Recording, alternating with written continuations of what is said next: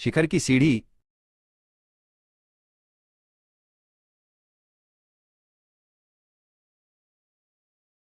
सुविधा एक बहुत ही होनहार लड़का था। उसका दिमाग बिजली की तरह तेज चलता था और उसके पास नए नए विचारों का खजाना था। लेकिन उसकी एक बड़ी समस्या थी, उसका ध्यान बहुत जल्दी भटक जाता था। वो एक काम शुरू करता पर जल्द ही किसी दूसरी चीज में उलझ जाता। उसकी मेज हमेशा अधूरी परियोजनाओं और आधी पढ़ी हुई किताबों से भरी रहती थी।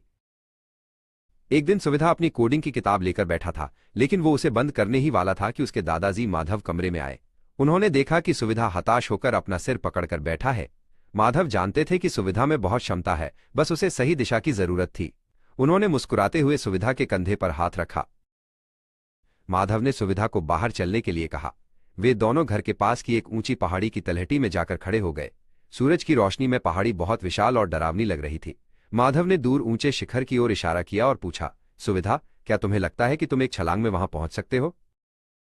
सुविधा ने सिर हिलाकर मना कर दिया। तब माधव ने कहा, सफलता भी इस पहाड़ की तरह है।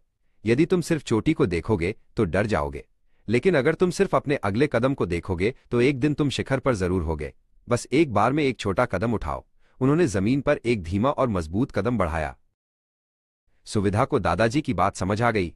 उसने घर लौटकर अपनी कोडिंग की किताब फिर से खोली। इस बार उसने पूरी किताब खत्म करने के बारे में नहीं सोचा। उसने खुद से कहा, आज मैं सिर्फ हेलो वर्ल्ड लिखना सीखूंगा। जब उसने अपना पहला कोड सफलतापूर्वक चलाया तो उसके चेहरे पर चमक आ गई। जैसे जैसे दिन बीतते गए कोडिंग कठिन होती गई। कभी कभी सुविधा का मन करता कि वो सब छोड़ दे। एक शाम जब वो एक कठिन समस्या में फंसा था, माधव उसके लिए दूध का गिलास लेकर आए। उन्होंने उसे याद दिलाया कि रुकना मना नहीं है, बस हार मान लेना गलत है। सुविधा ने अब छोटे छोटे लक्ष्य बनाना शुरू कर दिया था। हर हफ्ते वो एक नई छोटी चीज बनाता। एक दिन उसने अपना पहला छोटा सा गेम बनाया जिसमें एक गेंद उछलती थी। उसने खुशी के मारे कमरे में छलांग लगा दी। उसे एहसास हुआ कि उसने पहाड़ की चढ़ाई का एक बड़ा हिस्सा पार कर लिया है। 10 साल बीत गए। छोटा सुविधा अब एक आत्मविश्वासी युवक बन चुका था। उसने अपनी एकाग्रता और दृढ़ता के बल पर कोडिंग की दुनिया में अपनी पहचान बना ली थी। वो अब घंटों तक जटिल समस्याओं पर ध्यान केंद्रित कर सकता था। उसकी मेज अब व्यवस्थित थी और उसके लक्ष्य स्पष्ट थे। एक सुबह सुविधा के पास एक ईमेल आया।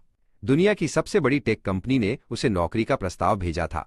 ये उसके उसी एक एक कदम का परिणाम था जो उसने सालों पहले शुरू किया था। उसने सबसे पहले अपने दादाजी को ये खुशखबरी देने के लिए फोन किया।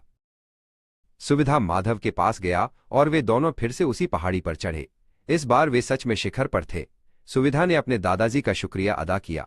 उसने सीखा कि सफलता कोई चमत्कार नहीं, बल्कि छोटे छोटे कदमों और कभी न खत्म होने वाले ध्यान का परिणाम है।